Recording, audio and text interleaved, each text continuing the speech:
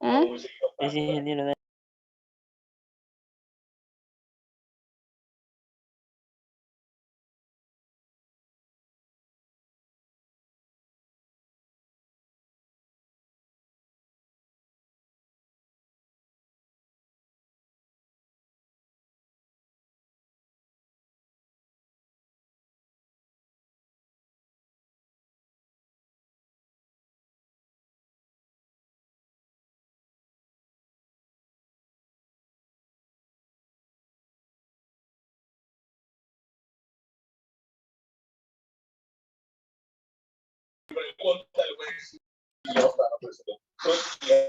Mm.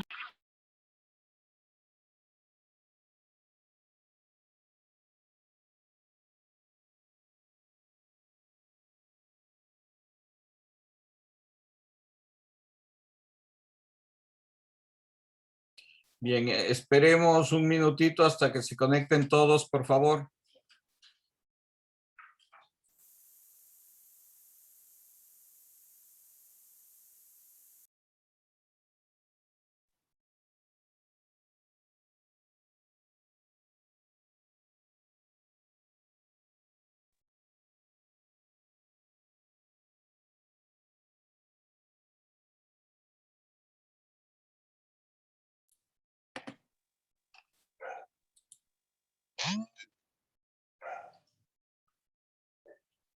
Bien, creo que ya está la mayoría. Estamos alrededor de 42 personas, estamos en 40.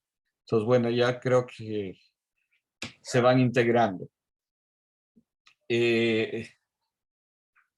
Creo que Ramiro, estabas hablando, no sé, se quedó a medias. Si quieres Fabián. agregar algo más. Era yo, Fabián. Perdón, Fabián, estabas hablando. Sí. Sí, no, prácticamente eso era el fin. Más que nada acotar el hecho de que para la época esto fue prácticamente como dije anteriormente, ¿no? Un boom tecnológico lleno de varios matices que le dan magia, humor, porque también conlleva algo de humor en esta cosa, en este film, ¿no? Tiene narración como tal, tiene mucha imaginación, entonces todo esto, tanto lo científico como la imaginación que lleva a producir esto, prácticamente es como que marcó un borrón y cuenta nueva en el cine. Y esto marca hasta la actualidad y por eso tiene más de un siglo este film y sin embargo sigue dando de qué hablar. Eso sería mi aporte. Gracias, Fabián. Sí, todo lo que ustedes han dicho tienen mucho que ver con con esta construcción de esta película, ¿no? Es una película que integra varias artes, ¿no? Tanto el diseño, la actuación, la escenografía, los efectos especiales, que le hace muy singular. No sé, Aaron, ¿quieres contribuir algo más? Por favor.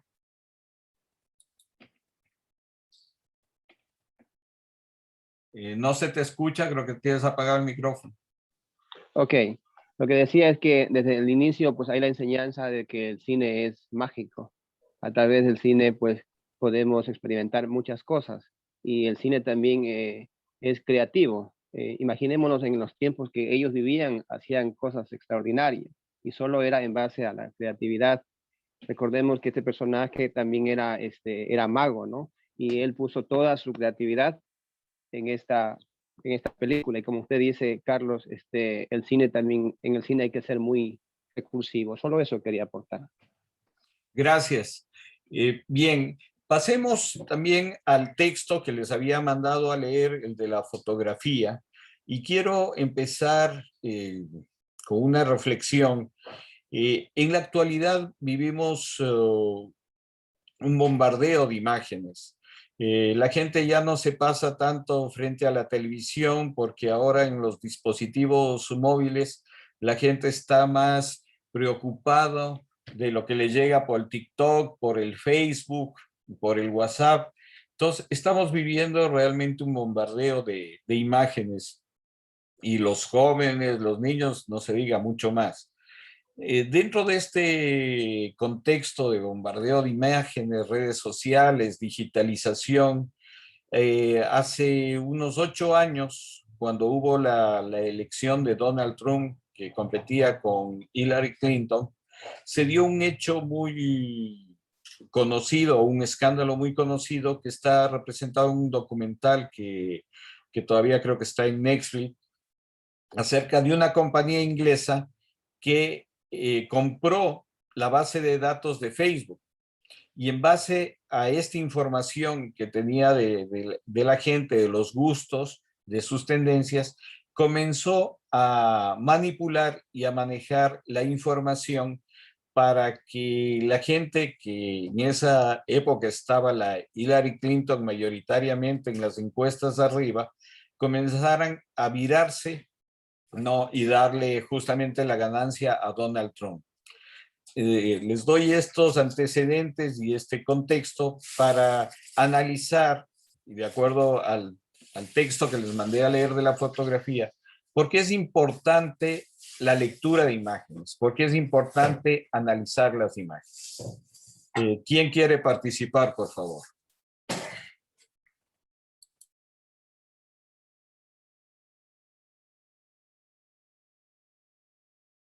Sí, Irán, te escuchamos.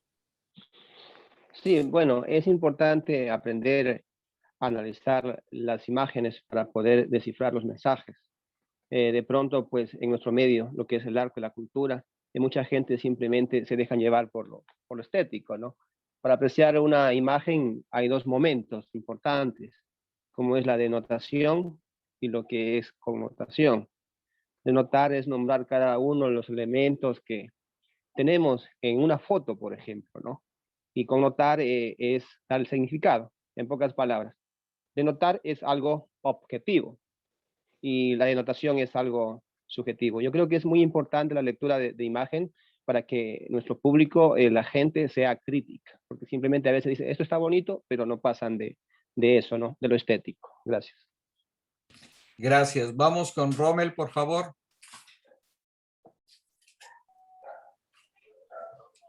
Bien, según lo que el texto, lo que leía el texto de la imagen, que, o sea, es como es una relación de la realidad, como digamos, una relación más cercana a la realidad.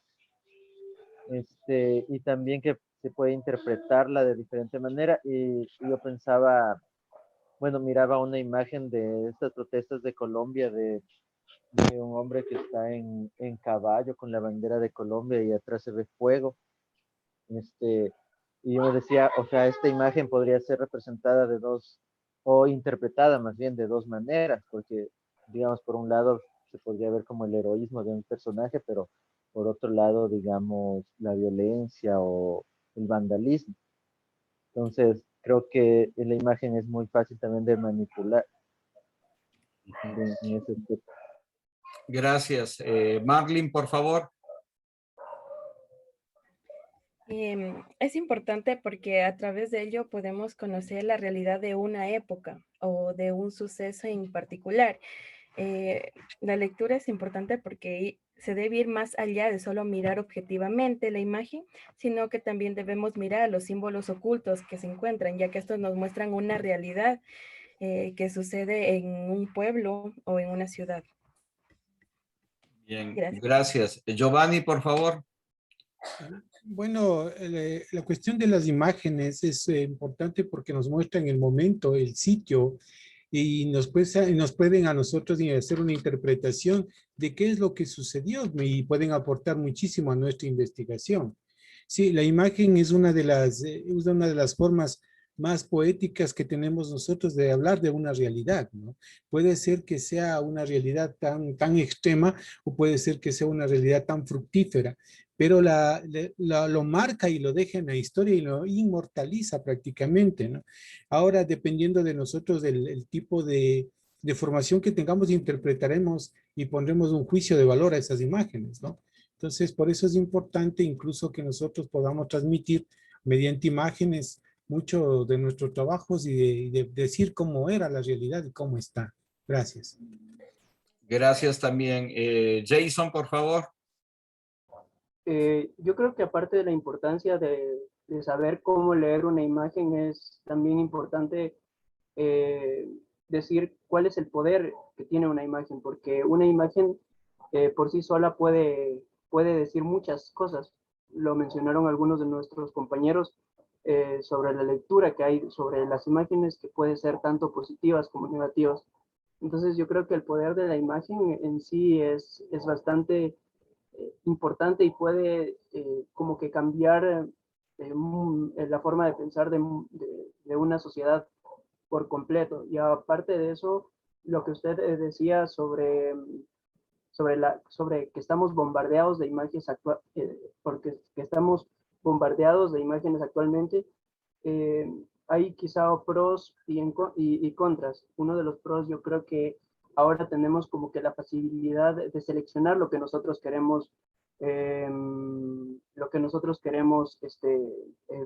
o lo que nosotros queremos consumir como espectadores. Entonces tenemos ese chance, y aparte de eso, tenemos muchos más medios por los cuales nosotros podemos consumir más imágenes, más películas, más series quizá. Entonces yo creo que la importancia de que nosotros podamos leer esas imágenes nos van a enriquecer un poco más sobre lo que estamos admirando, y no solo ser simples espectadores, sino sobre todo ser críticos con respecto a lo que estamos apreciando. Eso. Gracias. Rubí, por favor. Bueno, yo considero que la lectura de imagen es importante, pero pienso también que depende, debería ser una persona que tenga conocimientos en eso, ya que según el texto lo decía que es fácil manipular, que la fotografía bien podía hacer depender de lo que quería mostrar el fotógrafo o de lo que la persona que estaba analizando la imagen quería ver. Entonces, desde cada punto de vista, como ya dijeron los compañeros, puede haber varios significados, pero por esa razón también decía ahí en el texto que la lectura de imagen no me acuerdo bien esta frase, pero que no era como decir, o sea, se me fue la palabra, perdón. O sea, como no era, la lectura de imagen no siempre iba a dar la realidad de lo que se está viviendo, algo así decía. No me acuerdo la palabra, se me fue. Pero más o menos nos decía que la perspectiva que cada persona podía tener, o sea, era diferente.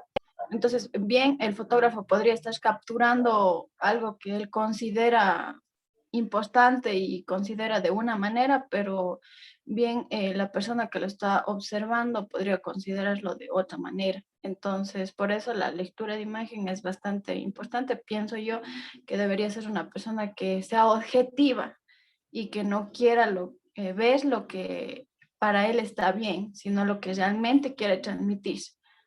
Entonces, esa sería mi acotación. Gracias. Génesis, por favor.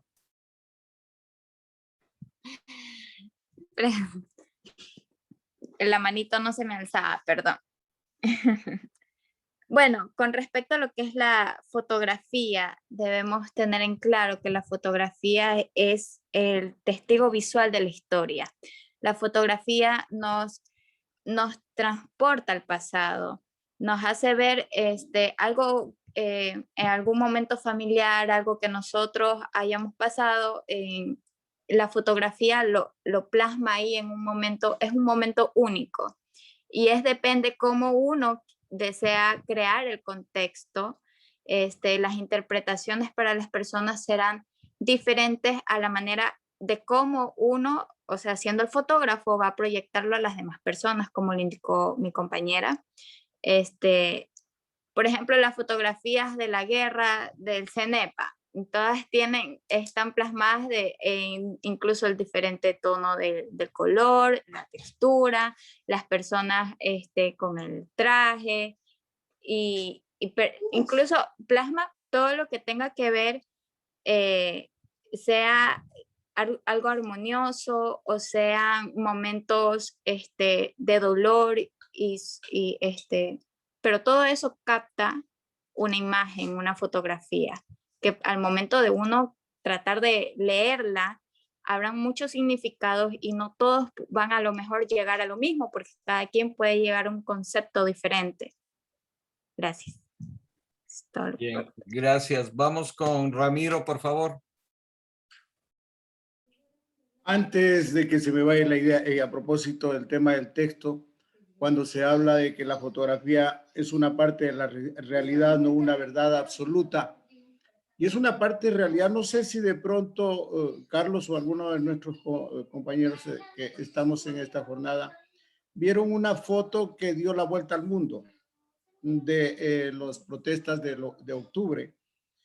En esta protesta de octubre sale una indígena con una mascarilla. No sé si ustedes vieron, o sea, fueron las portadas a nivel del mundo en diferentes medios de comunicación y fue tomada al paso por un amante de la fotografía que al paso hizo esa toma. Sin embargo, esa toma, esa foto, guarda una profundidad de una realidad creciente y que con una noticia que estaba caminando, pero es una realidad con una verdad, si no puede ser absoluta, pero es con una verdad social. El momento que estaba viviendo el Ecuador en las protestas de octubre.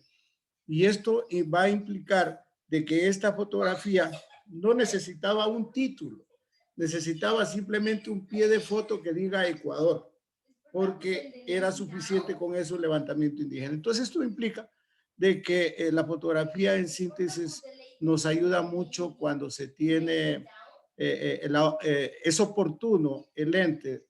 Alguien nos decía alguna vez que no se requiere tener un lente, una máquina profesional, sino un ojo de fotógrafo para poder dilucidar el momento oportuno que puede ayudarnos una foto para contar la realidad, no nuestras realidades, porque a veces no sé si ahí discrepo con alguien, decimos, bueno, para que otros la interpreten a la foto, pero a veces cuando la foto o el mismo texto que escribimos los comunicadores sociales lo deja abierto es cuando mucha gente lo interpreta de diferente manera.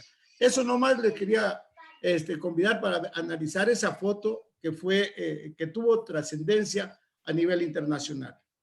Gracias. Vamos por favor con Rodrigo y les pido que sean las intervenciones un poco más cortitas para dar chance a todos. Gracias.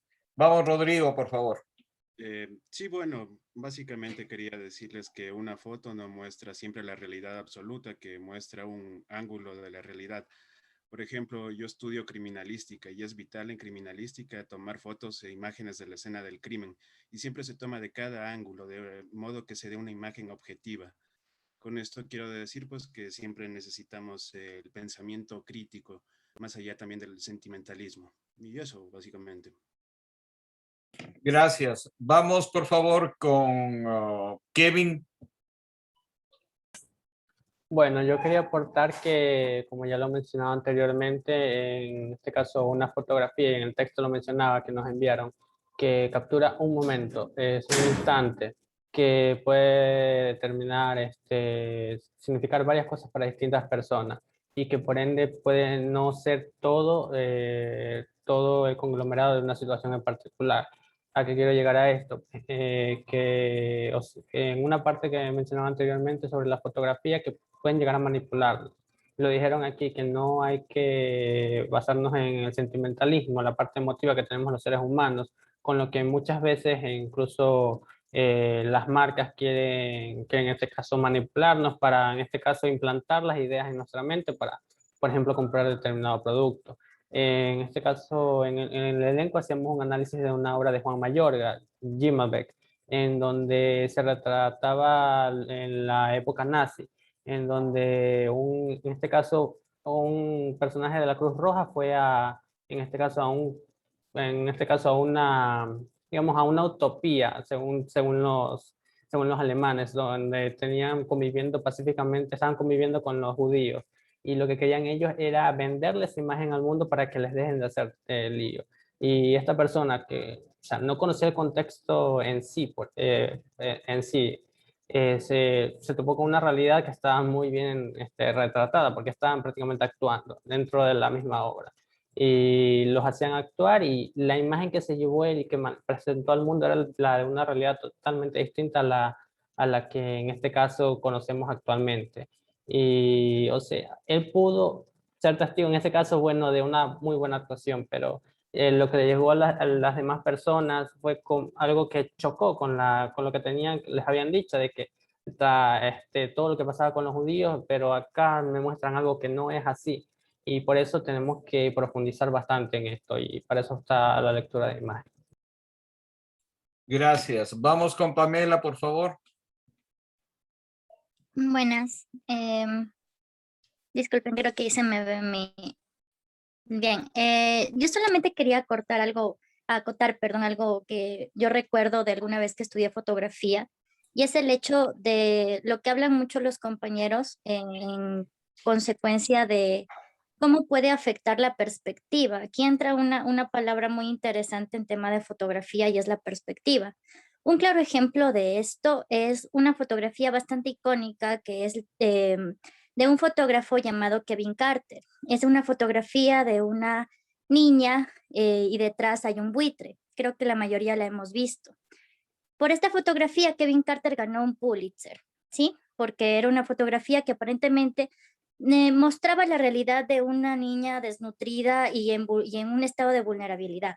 Bien, eso era lo que demostraba la fotografía. Gracias a esa fotografía, Kevin Carter recibió muchas críticas, porque decían, ¿por qué el fotógrafo no le ayuda? El buitre se la va a comer, el buitre le va a hacer daño, esa niña está muriendo, un montón de cuestiones, ¿no? Pero detrás había otra realidad, y esa realidad se contó mucho tiempo después, luego de que ya se afectó muchísimo la vida de Kevin Carter. Hay un documental muy interesante sobre esta fotografía en específico. ¿Y a qué voy? Voy al hecho de que en lo que se hablaba, ¿no?, en el documento acerca de conocer la realidad, es decir, conocer el autor, conocer cómo fueron tomadas las fotografías, también ayuda a entender que cuando hablamos de perspectiva, una foto puede cambiar totalmente. ¿Qué hubiera pasado si esa fotografía icónica se hubiera tomado desde atrás y se hubiera enfocado que había una especie de campamento donde habían personas ayudando a estos niños en vulnerabilidad? Lo que estaba sucediendo es que esta niña estaba defecando, eso era. Pero justamente en ese instante se paró un buitre y en ese instante se tomó la foto. Ahí hablamos de otra cosa muy interesante, que es el instante decisivo en fotografía. Por eso la fotografía es muy distinta al video. La fotografía muestra un instante de la realidad, mientras que el video son varios fotogramas, ¿no? Entonces, yo quería hacer un poquito reflexión acerca de esto, de la perspectiva.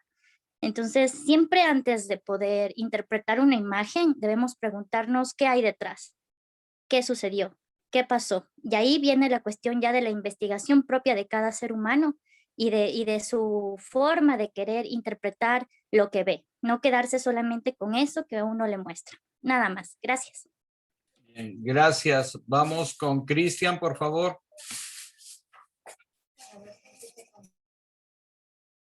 A ver, bueno, en este caso, como les había mencionado en estos últimos meses, ¿no?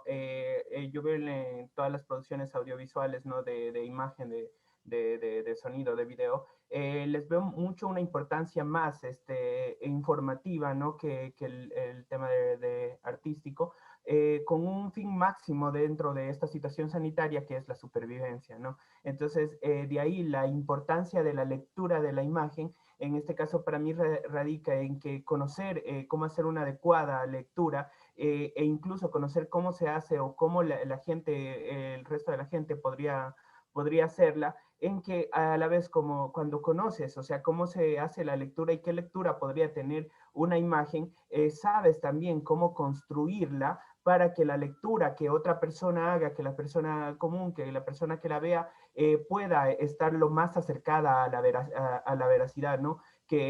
Para que cumpla en este caso este fin informativo, ¿no? Que se lleve una información adecuada, ¿no? El ejemplo que a mí me parece muy, muy importante, a mí siempre me preguntan sobre qué vacuna es más efectiva, ¿no? Yo les decía que en realidad todas son buenas, lo que habría que tener que hacer es leer, pero nadie va a irse a leer los 20, no sé, tantos artículos que hay sobre las vacunas. Pero en cambio, que fue una de las cosas que hemos hecho, es ponerlas estas en imágenes, cada una de sus características en imágenes, que es algo que sí, la gente se va a ver y sí va a mirar y sí va a leer y sí va en alguna forma entender porque son importantes. Gracias, Cristian. Vamos por último con Andrés, por favor. Sí, a ver, justamente, a ver, ahí ampliar esto de lo que decían de la perspectiva, del ángulo, de qué hay detrás de la fotografía. Y como en el texto mismo lo indicaba, todo depende de la cultura y el conocimiento con el que se interprete. Sobre todo, sabemos que, por ejemplo, si vemos una fotografía y vemos unos seres humanos muertos quemándose, según alguna cultura, podrían criminalizar, pero en cambio esto en la cultura tibetana es la única manera en cómo se pueden deshacer de los cadáveres. Ahí no existen entierros. Por ejemplo, algunas culturas festejan la muerte, mientras que para culturas occidentalizadas como la nuestra, la muerte es algo triste. Y así las imágenes pueden ser muy completamente diferente perspectiva, diferente el sentimiento, como decían, que se puede connotar con algún sentimiento. Y, por ejemplo, acá nosotros estamos viendo una cultura occidentalizada, pero justamente aquí en nuestro país tenemos varias nacionalidades indígenas, y si vamos, por ejemplo, a una guaraní, a una de las 4 nacionalidades indígenas que hay en la costa, que viven prácticamente desnudos, por ejemplo, y se les muestra una foto de un hombre travestido que intenta ser, por ejemplo, graciosa para la cultura occidentalizada en la que vivimos nosotros, estas otras culturas no la van a entender de esta manera porque no se ha trabajado para que se vea ridiculizable a un hombre travestido. Solo van a ver una imagen o van a ver un video y no le van a encontrar la ridiculización que ya tiene esta cultura. Para ellos es solamente una persona pintada la cara y con unas ropas ajenas a la cultura, o sea, guaraní, shuar, sea agua, cualquier cultura, sáchila, por ejemplo, que tienen otro tipo de ángulo de visión detrás de la imagen, como decía. Todo depende de la cultura, el conocimiento, cómo se interprete a la mirada que tuvo el fotógrafo al captar ese ángulo. Bien, gracias. Yo creo que lo importante del texto que se mandó a leer es también analizar que toda imagen puede ser manipulada y manipulable, en el sentido en que muchas veces alguien dio el ejemplo de lo de la Segunda Guerra Mundial. Ahí en Alemania les pasaban muchos noticieros de cómo iban avanzando las tropas y una sensación de triunfalismo a su población, engañada completamente sobre todo lo que denotaba y connotaba la guerra, ¿no? Goebbels fue muy hábil en el manejo eso de la información y en los noticieros que se pasaba a la población, justamente diciéndoles qué es lo que estaba pasando en la guerra. Otra cosa que en el texto casi creo que no lo vieron o no lo analizaron a profundidad, que habla, es que aquí en el Ecuador hubo un fotógrafo, el abuelo de Coco Lazo, que es un fotógrafo quiteño muy reconocido. El abuelo, que era fotógrafo también, comenzó en las placas de negativos a borrar a los indígenas. ¿Por qué? Porque le habían pedido fotos que sean publicitarias en donde promueva lo que es la ciudad, y querían presentar solo a la población blanca de la ciudad. Y comenzó él en los negativos a borrar a todos los indígenas que aparecían en sus fotos. Entonces, como vemos, no es solo el punto de vista del fotógrafo, porque siempre, igual con el video, siempre vamos a tener un punto de vista, y ese punto de vista va a ser que nos coloquemos en este lado de la vereda o nos coloquemos en la otra. Siempre el punto de vista va a ser de quién está grabando y va a presentar algo de ese punto de vista. Desde el momento en que estamos poniendo la cámara en ese punto de vista, ya estamos recortando o manipulando la realidad. Y otra cosa que es importante, que tienen que tomar en cuenta, que siempre uno hace el análisis desde una perspectiva histórica. No va a ser lo mismo el análisis que tenemos ahora que el análisis que había hace 50 años con respecto a una fotografía. Por ejemplo, en el ejemplo este del abuelo de Coco Lazo, él no es que lo hacía con la idea de quitar a los indígenas porque sean malos, no, sino que lo estaba haciendo con la idea de que quiere vender la imagen de un Ecuador moderno, ¿no? Civilizado, entre comillas, ¿no? Entonces, para esto estaba manipulando la realidad. La visión que tenemos de esa situación 50 años después es otra. Y la visión que tenga la gente de los trabajos que nosotros hagamos también va a ser otra. Y aquí entra otro tema importante que debemos trabajar, el tema de la memoria, ¿no? En el Ecuador se comenzó a hacer cine casi en la misma época que se hizo en el resto del mundo, ¿no? Y uno de los primeros cineastas que hay aquí en el Ecuador es Augusto San Miguel, que en Guayaquil comenzó a hacer cine a inicios de los años 20, ¿no? Hay una actriz, Evelina, que justamente la Cinemateca ha rescatado la figura de esta actriz para recopilar toda la información que hay acerca de esta primera producción. Él hizo una historia, una película, El Tesoro de Atahualpa. Cuando Augusto San Miguel comenzó a filmar acá en el Ecuador, tenía 19 años y esta actriz, Evelina, tenía 14 años. Lamentablemente no conservamos una sola copia de esta película. La leyenda urbana dice que fue enterrado con sus películas, Augusto San Miguel, ¿no? Pero el problema de fondo, y que quiero plantearles a ustedes, es que no guardamos la memoria, no guardamos la memoria de todas las cosas que hacemos, de todas las producciones. En el Ecuador, gente que está haciendo cine en Ibarra no conoce lo que están haciendo en Loja y viceversa. La gente de Loja no conoce lo que están haciendo la gente de Ibarra. Igual pasa en el resto del país. Entonces sí tenemos que pensar, y les dejo como inquietud, que es también uno de los planteamientos de este taller, cómo vamos a hacer para crear otros circuitos, ¿no?, de visualización, otros circuitos primero de rescatar todas las producciones que se están haciendo aquí en el Ecuador y cómo vamos a nosotros difundir esos materiales. Tomen en cuenta que las cadenas grandes como Netflix, Amazon, Disney, ¿qué es lo que hacen? Ellos son los que controlan el mercado. Ahora la gente no va tanto al cine, no consume tanto la televisión, la gente está más enganchado o ve las películas a través de estas cadenas, de estas plataformas. ¿Y cuál es la visión de estas plataformas que tienen sobre nosotros, ¿no? Latinoamérica sí está presente ahí, pero ¿cuáles son las historias que se cuentan ahí en estas plataformas, ¿no?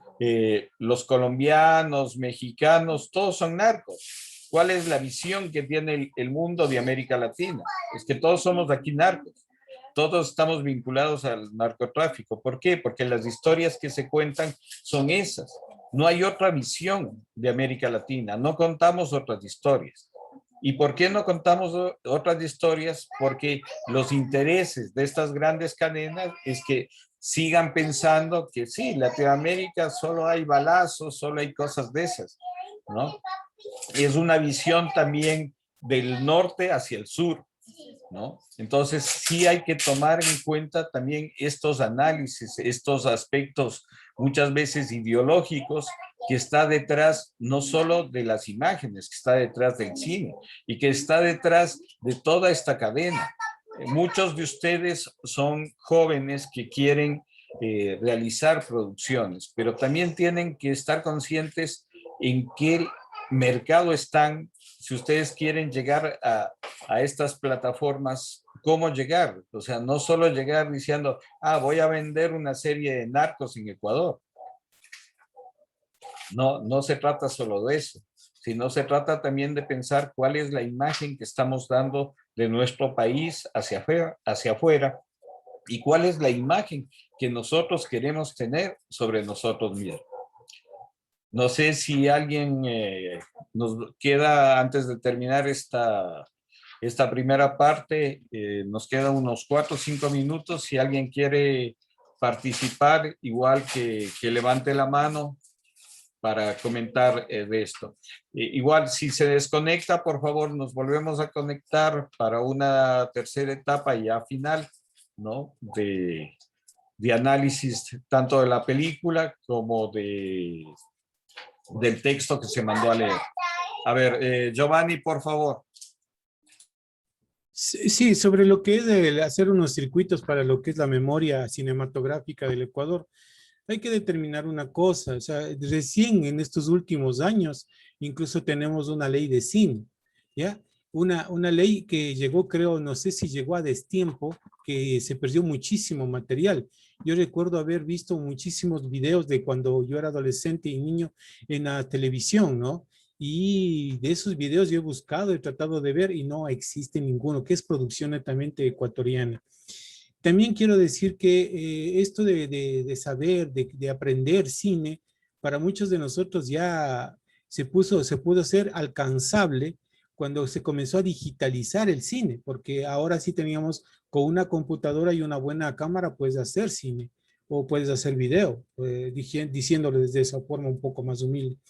Pero nosotros también tenemos que, para guardar un circuito de estos, tenemos que ser un conglomerado, tenemos que conocernos, saber, conversar con muchos de nosotros. A veces a mí me dicen, yo podré saber de algunos cineastas gringos o de Netflix o de Disney Live, pero de cinematografía ecuatoriana, hijo, tal vez si solamente ya se ponen en el multicine o en el supercine, recién me doy cuenta de que ha habido una cinematografía ecuatoriana de buena calidad, ¿no? Hablemos de, ¿cómo se llama?, de Sebastián Cordero, que lanzó sus películas no solamente ya aquí en el Ecuador, sino a nivel internacional, ¿no?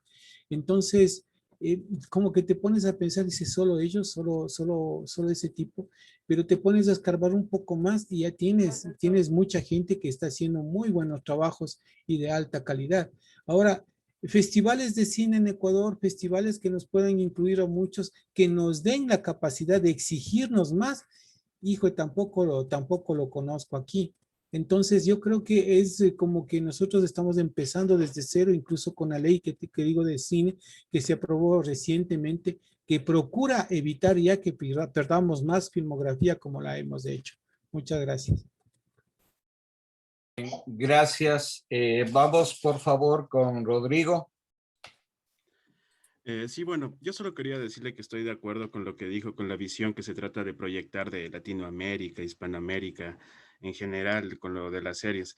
Yo ya había pensado eso también, creo, al igual que algunas otras personas, y eso de pronto era mi meta, es mi meta cambiar eso. Yo hice un par de obras que giran en torno a la conquista de América entre conquistadores españoles e indígenas, pero desde una perspectiva totalmente diferente, desde una perspectiva de hermandad.